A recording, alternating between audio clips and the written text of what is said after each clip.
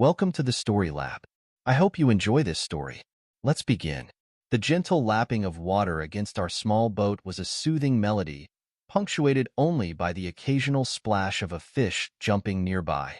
I inhaled deeply, savoring the crisp Montana air as the first rays of sunlight peeked over the distant mountains. This annual fishing trip with Tyler was more than just a tradition. It was a sanctuary, a brief escape from the daily grind. You gonna sit there daydreaming all day? Or are you actually gonna catch something?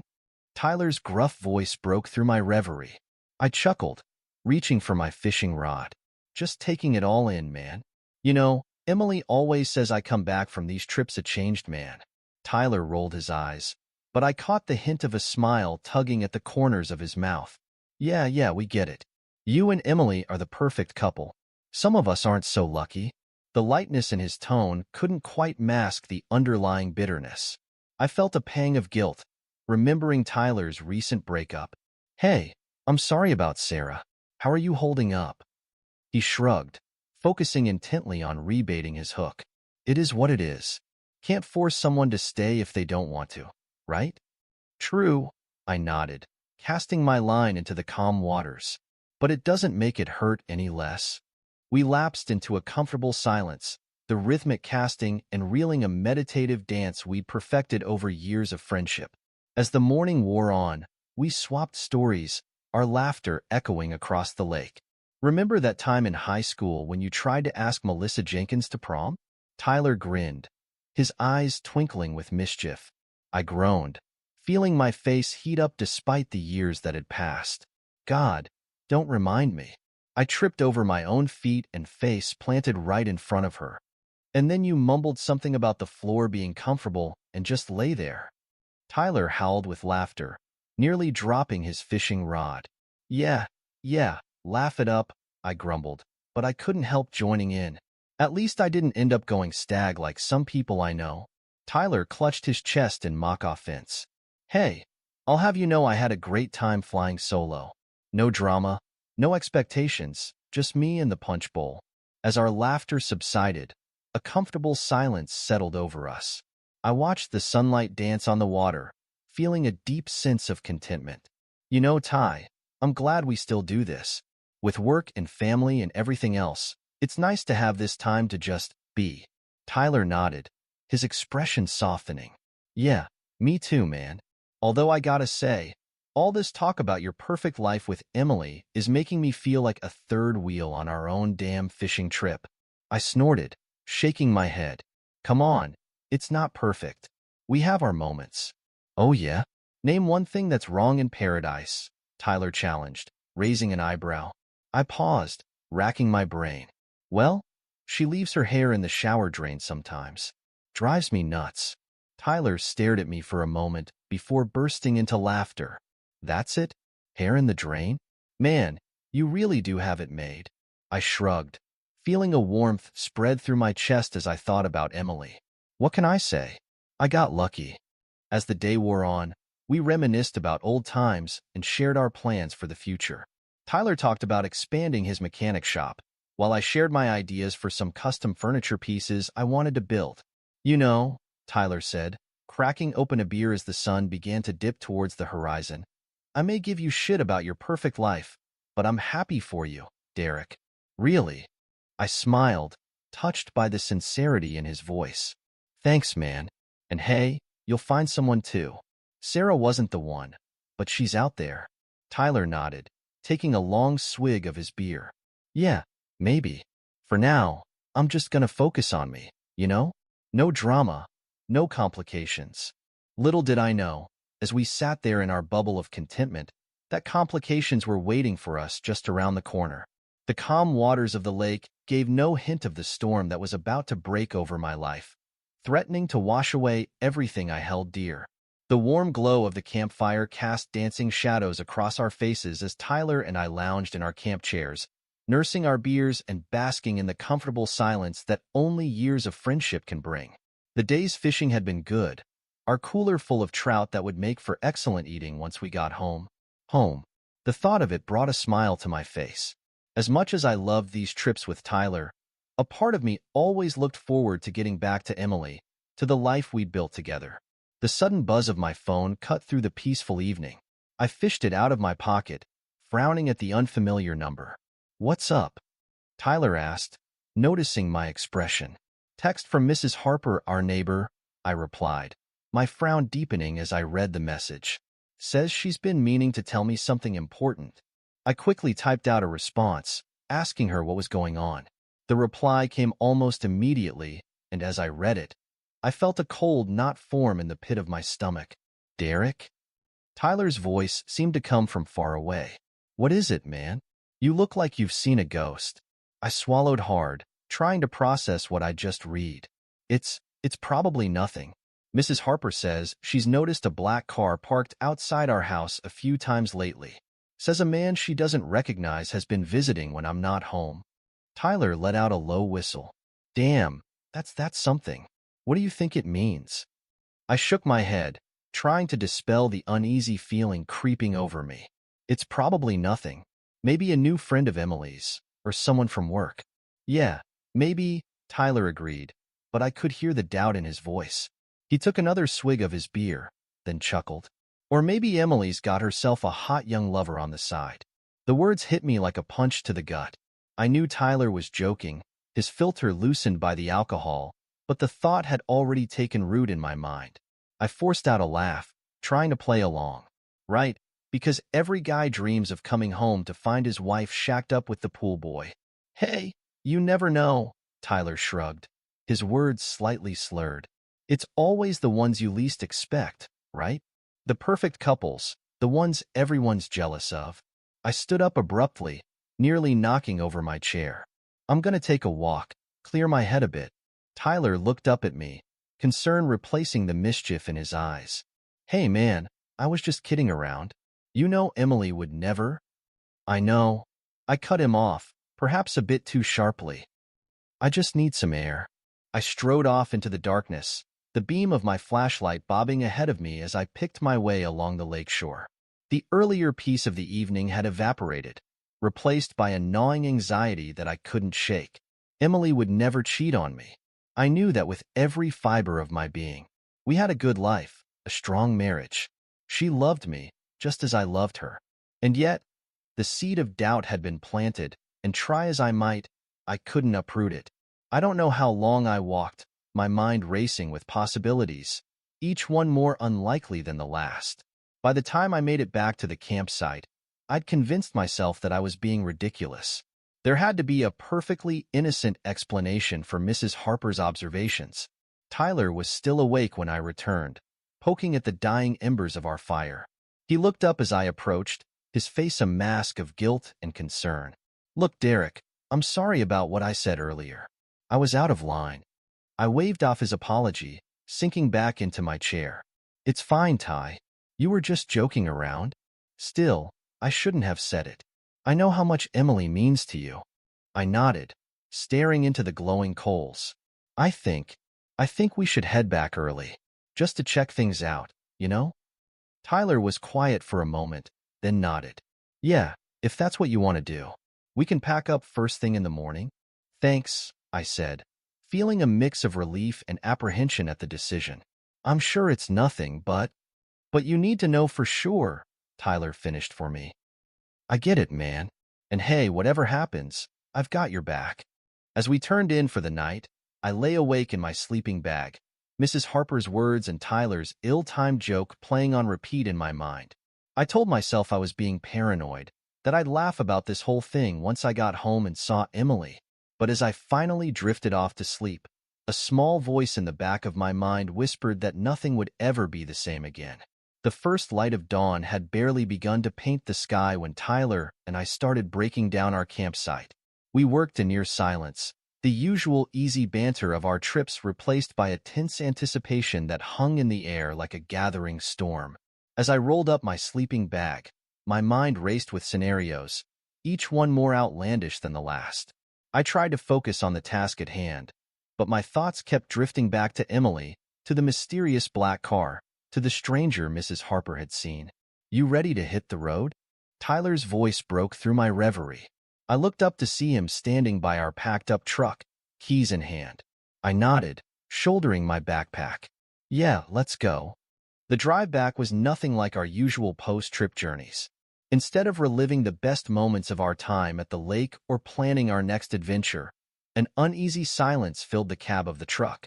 I stared out the window, watching the Montana landscape blur past, my stomach churning with a mixture of dread and anticipation. After about an hour, Tyler cleared his throat. So, you want to talk about it? I turned to look at him, raising an eyebrow. About what? He shrugged, keeping his eyes on the road. You know, the whole reason we're heading back early. The mysterious visitor. Emily. I felt a flash of irritation. There's nothing to talk about. We're just going to check things out, that's all. Right? Tyler nodded. But I could hear the doubt in his voice. And you're not at all worried about what we might find when we get there? Of course I'm worried. I snapped, my composure finally cracking. How am I supposed to feel? My neighbor tells me some stranger's been visiting my wife while I'm away, and my best friend jokes about her having an affair. It's not exactly a recipe for peace of mind. Tyler winced. I said I was sorry about that, man. I was drunk. I wasn't thinking. I sighed. I know. It's not your fault. It's just, Emily and we've always been solid, you know? The idea that she might be. I couldn't bring myself to say the words. Hey, we don't know anything for sure yet, Tyler said, his tone softer now. For all we know, this could all be a big misunderstanding. Maybe it's a surprise party planner or something. I let out a humorless chuckle. Yeah, because that's much more likely than my wife cheating on me.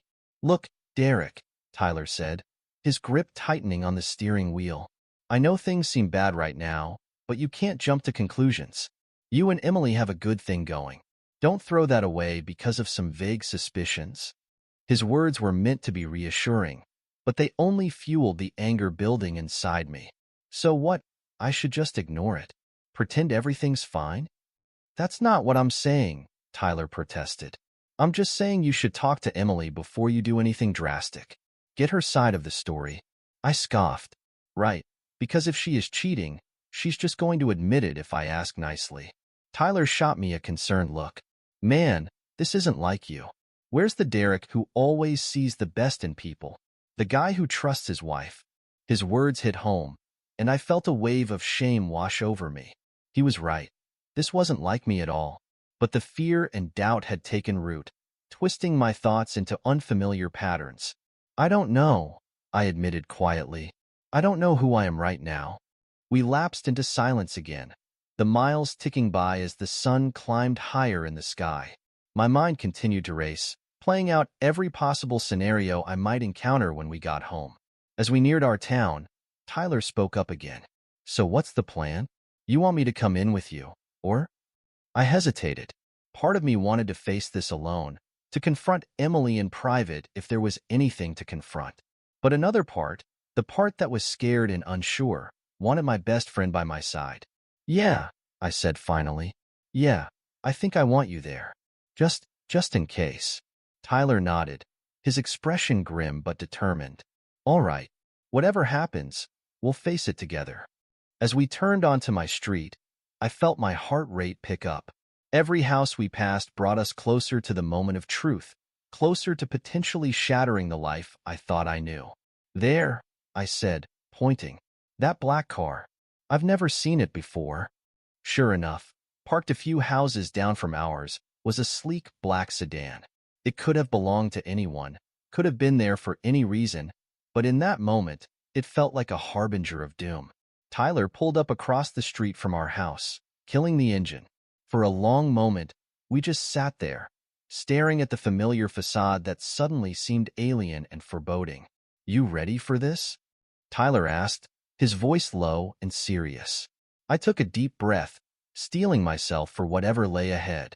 No, I admitted, but I need to know the truth. As we got out of the truck and approached the house, I felt like I was walking into a storm. Whatever happened next, I knew my life would never be the same. The calm was over. Now it was time to face the tempest. My heart pounded in my chest as I inserted the spare key into the lock. Tyler stood behind me, his presence both reassuring and nerve-wracking. The house was eerily quiet as we stepped inside, our footsteps muffled by the plush carpet. "Emily?" I called out, my voice sounding unnaturally loud in the stillness. No response. Tyler nudged me, pointing towards the living room. A faint glow spilled out from the partially open door. As we crept closer, I heard hushed voices and the unmistakable sound of kissing. My blood ran cold. This couldn't be happening. It had to be a mistake, a misunderstanding. But as I pushed the door open, the scene before me shattered any remaining illusions. There, on our couch, was Emily, locked in an intimate embrace with a man I'd never seen before. They were so engrossed in each other that they didn't even notice us at first. I stood frozen, unable to process what I was seeing. Tyler, however, sprang into action. He pulled out his phone and started recording, his face a mask of grim determination. The slight movement caught Emily's eye. She looked up, her expression morphing from passion to shock to horror in rapid succession. "Derek!" she gasped, pushing the man away and scrambling to cover herself. "Oh God, Derek!" The man turned, his eyes widening as he took in the situation. He was older than I expected, probably in his mid-40s, with salt and pepper hair and an expensive-looking watch glinting on his wrist. "Who the hell are you?" I growled, finally finding my voice. The man stood up, straightening his rumpled shirt. "I'm Bradley Turner. Look, this isn't what it looks like." I let out a harsh laugh. "Really? Because it looks like you're screwing my wife in my own home." Emily was crying now, mascara streaking down her cheeks. "Derek, please, listen to me." "Then what is it, Emily?" I snarled, my shock giving way to rage. "Because from where I'm standing, it looks pretty damn clear." Bradley took a step forward, his hands raised placatingly. "Now, let's all calm down and talk about this like adults." That was the wrong thing to say. In 2 strides, I crossed the room and grabbed him by the collar, slamming him against the wall. "Talk about what? How you've been sneaking around with my wife. How you thought you could come into my home and—" "Derek, stop!" Emily cried out, tugging at my arm. "Please, you're hurting him." I released Bradley, turning to face Emily. The woman I loved, the woman I thought I knew, looked like a stranger to me now. "And what about how you're hurting me, Emily? Did you think about that while you were letting this man into our bed?" "It wasn't like that," she pleaded.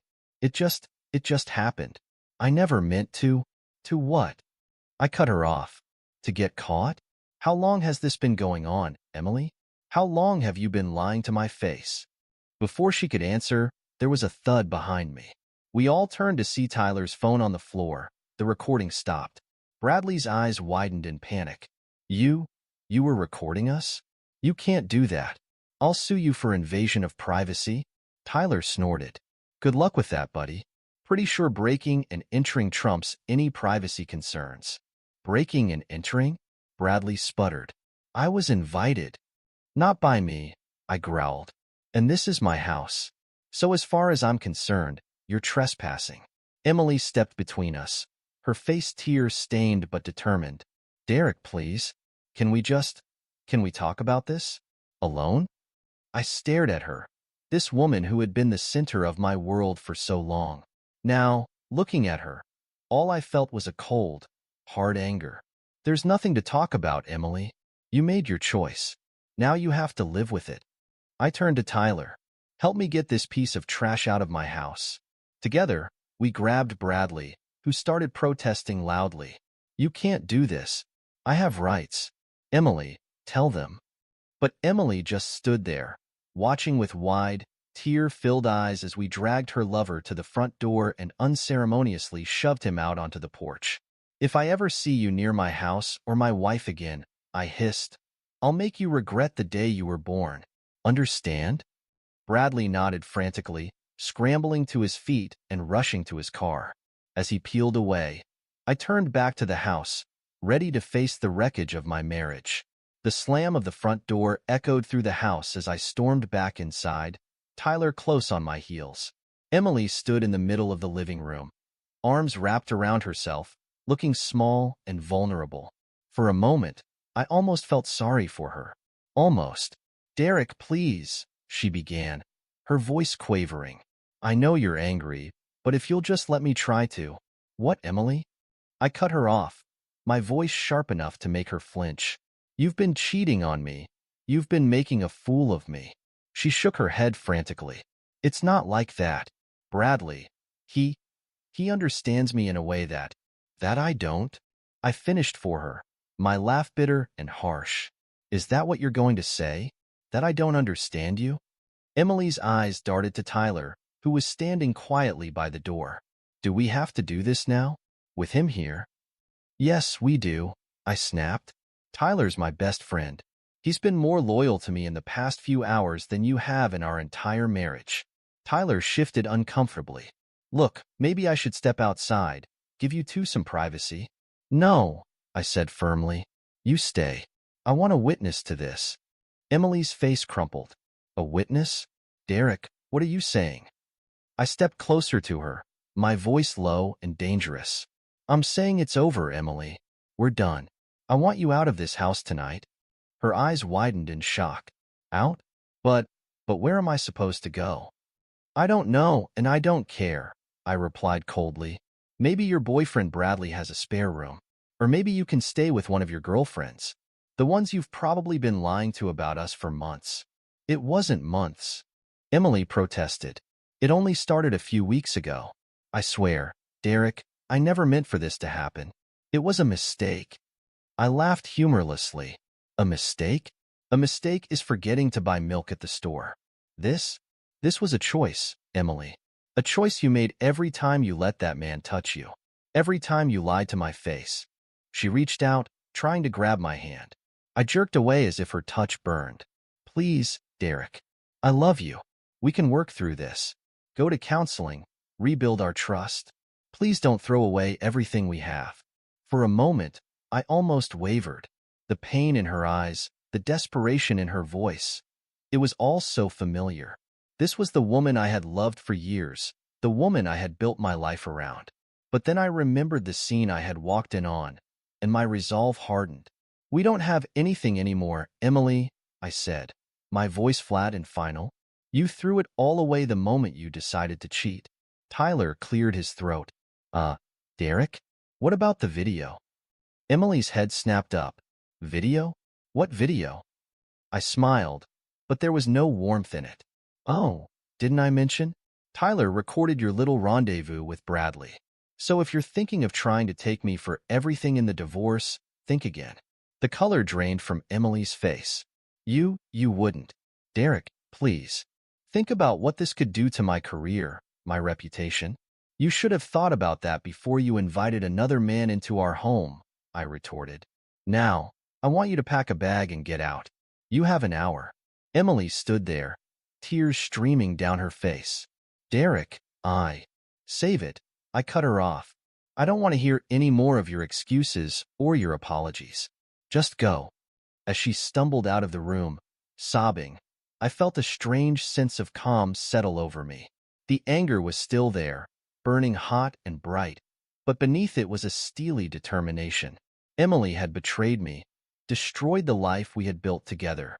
Now, it was my turn to destroy hers. I turned to Tyler, who was watching me with a mix of concern and admiration. You still got that video? He nodded, holding up his phone. Yeah, man. What do you want to do with it? I smiled, and this time, there was a hint of something dangerous in it. I want to make them pay, Ty. Both of them. I want to make them regret ever crossing me. Tyler's eyes widened slightly, but he nodded. All right, man. Whatever you need, I'm here. As we stood there, planning our next move, I could hear Emily moving around upstairs, packing her things. The sound of her sobs drifted down, but I felt nothing. The Emily I had loved was gone, replaced by a stranger who had betrayed me in the worst possible way, and I was going to make sure she paid for it. The front door closed with a finality that seemed to echo through the empty house. Emily was gone, taking with her a suitcase full of clothes and leaving behind the shattered remains of our marriage. I stood in the living room, staring at the spot on the couch where I had found her with Bradley, feeling a strange mix of numbness and rage. Tyler approached cautiously, laying a hand on my shoulder. You okay, man? I shook my head. not trusting myself to speak. The events of the past few hours played on repeat in my mind, each replay stoking the fire of my anger. "What do you want to do now?" Tyler asked, his voice low and serious. I turned to face him, my jaw set in determination. "Now? Now we make them pay." Tyler nodded slowly. "All right, but how?" I walked over to the liquor cabinet, pulling out a bottle of whiskey and 2 glasses.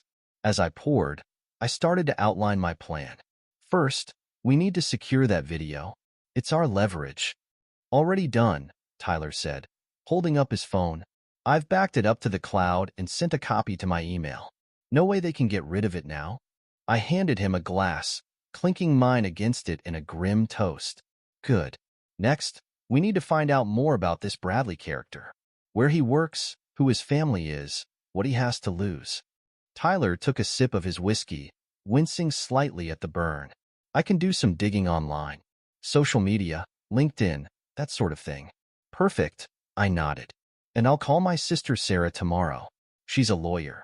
She can advise us on how to proceed with the divorce and what legal options we have."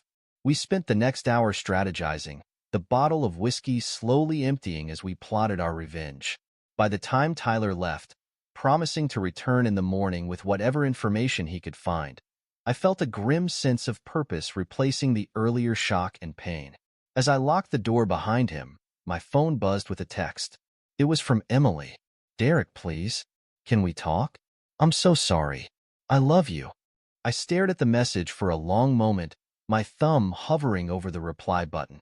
Then, with a decisive swipe, I deleted it and blocked her number. Walking back into the living room, I caught sight of our wedding photo on the mantel. Emily's smiling face looked back at me, frozen in a moment of happiness that now felt like a lie. With a snarl of anger, I grabbed the frame and hurled it across the room, watching with satisfaction as it shattered against the wall. As I stood there, surrounded by the broken glass and the ruins of my marriage, I made a vow to myself. Emily and Bradley thought they could play me for a fool, thought they could destroy my life and walk away unscathed. They were about to learn just how wrong they were. I pulled out my phone and dialed Sarah's number. It was late, but I knew she'd answer. As the phone rang, I steeled myself for the conversation ahead. This was just the beginning. By the time I was done, Emily and Bradley would regret ever crossing me. The line clicked as Sarah picked up. "Derek? What's wrong?" I took a deep breath, my voice steady and cold as I spoke. "Sarah, I need your help. Emily's been cheating on me, and I'm going to make her pay." There was a moment of stunned silence on the other end. Then Sarah's voice, sharp and focused, "Tell me everything." As I began to recount the events of the night, I felt a cold resolve settle over me. The storm had broken, and now it was time to unleash the tempest. Emily and Bradley had no idea what was coming for them, but they were about to find out, and I would show no mercy. The morning light filtered through the blinds, casting long shadows across my home office. I sat at my desk, staring at the computer screen, my fingers poised over the keyboard. Beside me, Tyler nursed a cup of strong coffee, his eyes bloodshot from a night of intensive online research. "All right," I said, breaking the tense silence. "What have we got?" Tyler set down his mug and leaned forward. "Bradley Turner, 45 years old.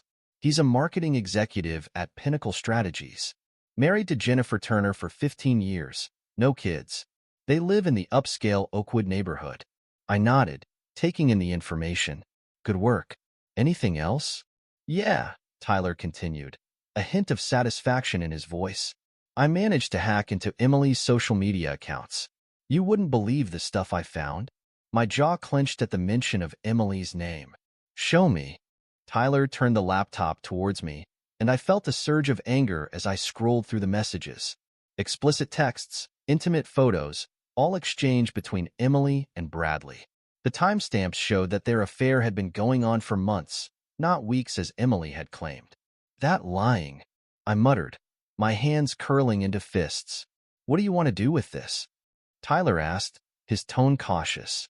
I leaned back in my chair, a cold smile spreading across my face.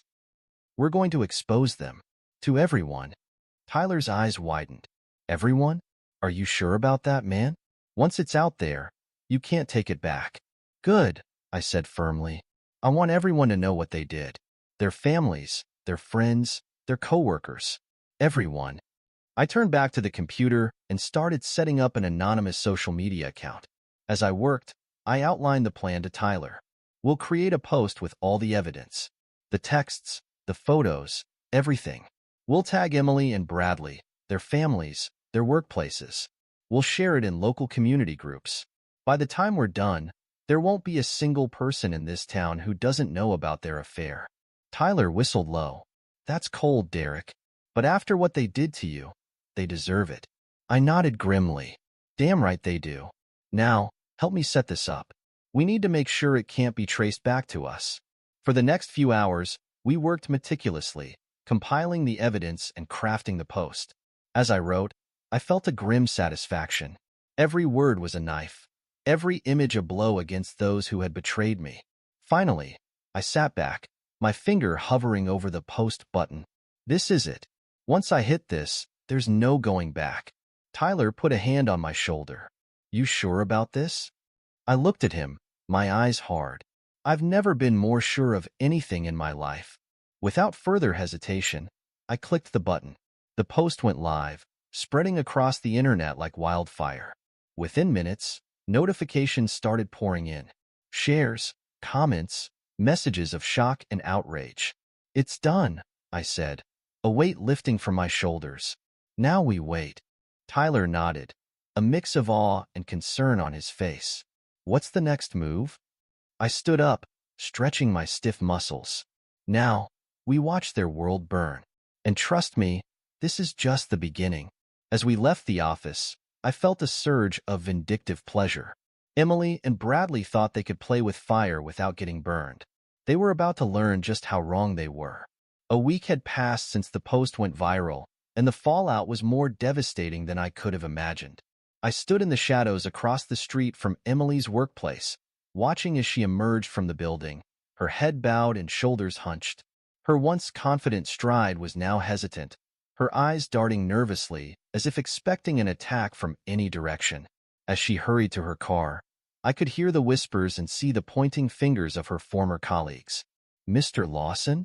A voice behind me made me turn.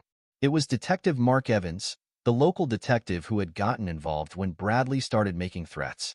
Detective, I nodded, keeping my expression neutral. What can I do for you? Evans glanced towards Emily, then back to me. I wanted to update you on the situation with Mr. Turner. He's been formally cautioned about the threats he made against you. If he tries anything else, we'll be able to take more serious action.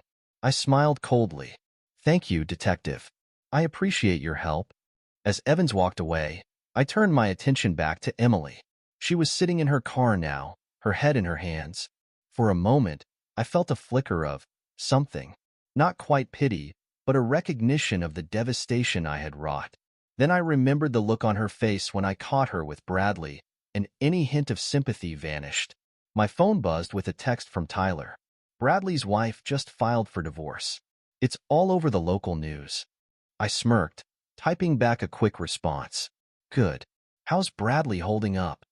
The reply came almost instantly. Not well. He got fired yesterday. Apparently, his company has a strict morality clause. As I read the message, I saw the familiar figure approaching Emily's car. It was Bradley, looking disheveled and angry. I moved closer, staying out of sight but within earshot. Emily, Bradley called out, his voice rough. We need to talk. Emily got out of the car, her face a mask of misery. What is there to talk about, Bradley? It's over. We're both ruined. This is all your husband's fault. If he hadn't what? Emily snapped, her voice rising. Caught us? Exposed our lies? We did this, Bradley. We destroyed our own lives. I watched as Bradley's face contorted with rage. No, I refuse to accept that. There has to be something we can do. We can sue him for defamation. Or, Emily laughed bitterly. Sue him? With what money? In case you haven't noticed, we're both unemployed now. And even if we could afford it, everything in that post was true. We don't have a leg to stand on. Bradley's shoulders slumped in defeat. So that's it? We just accept that our lives are over? Emily shook her head, tears streaming down her face. Our old lives are over, Bradley. We have to find a way to move on. As I watched them, I felt a surge of satisfaction. This was exactly what I had wanted to achieve. Their worlds had crumbled, just as mine had when I discovered their betrayal. My phone buzzed again. This time, it was a message from Sarah, my sister. Just got out of a meeting with Emily's lawyer. She's not contesting the divorce. You'll get everything. I smiled, feeling a sense of victory wash over me. Emily and Bradley had gambled with my life and lost everything, and I didn't feel an ounce of regret. As I turned to leave, I caught Emily's eye. For a moment, we stared at each other across the parking lot. I saw the pain, the regret, the plea for forgiveness in her gaze, but my heart remained unmoved. I walked away, leaving Emily and Bradley to the ruins of their lives. They had made their choices, and now they were facing the consequences. And I was ready to start rebuilding my life, stronger and wiser than before. The tide had turned, and I was riding the wave to a new beginning. The lake stretched out before me, a mirror reflecting the Montana sky. I sat in the small fishing boat, rod in hand, enjoying the peaceful solitude. It had been a month since the divorce was finalized, a month of rebuilding and rediscovering myself. The sound of an approaching boat broke through my reverie. I looked up to see Tyler steering his vessel towards mine. "Caught anything yet?" he called out as he pulled alongside. I shook my head, a small smile playing on my lips. "Nah, but that's not really the point, is it?" Tyler chuckled, settling into his seat. "True enough. How you holding up, man?" I cast my line out again, considering the question. "You know what? I'm doing okay. Better than okay. Actually." Tyler raised an eyebrow. "Yeah? No regrets about how things went down?" I met his gaze steadily. "Not a single one. They made their choices, and I made mine. Simple as that." We lapsed into a comfortable silence, the gentle lapping of water against our boats the only sound. After a while, Tyler spoke again. "Heard from Emily lately?" I shook my head. "Nope. Last I heard, she'd moved out of state. Trying for a fresh start, I guess." "And Bradley?" A cold smile crossed my face. "His wife took him for everything in the divorce. He's working as a door-to-door salesman now, from what I hear." Tyler whistled low. "Damn, you really did a number on them." I shrugged, reeling in my line. "They did a number on me first. I just returned the favor." As the sun began to set, painting the sky in brilliant oranges and pinks, Tyler and I packed up our gear. "You know," Tyler said as we prepared to head back to shore, "I gotta admit, I was worried about you for a while there. Thought you might do something you'd regret." I paused, looking out over the tranquil water. "I appreciate the concern, Ty, but I knew exactly what I was doing, every step of the way." Tyler nodded slowly. "Yeah, I can see that now. So, what's next for Derek Lawson?" I smiled, feeling a sense of anticipation I hadn't experienced in years. Who knows? For the first time in a long time, I feel free, like I can do anything, be anyone I want to be. As we steered our boats back to the dock, I felt a deep sense of contentment. The storm had passed, and I had emerged stronger for it. Emily and Bradley were in my past now, their betrayal a distant memory. The future stretched out before me, full of possibilities, and I was ready to embrace whatever it might bring, on my own terms. Back on shore, as we loaded our gear into our trucks, Tyler clapped me on the shoulder. "You're a tough son of a gun, Derek. Remind me never to get on your bad side." I laughed, the sound genuine and free. "Just don't sleep with my wife, and we'll be fine." We shared a grin, the dark humor a testament to how far I'd come. As I climbed into my truck, I took one last look at the lake, the site of so many memories both good and bad. "See you next weekend?"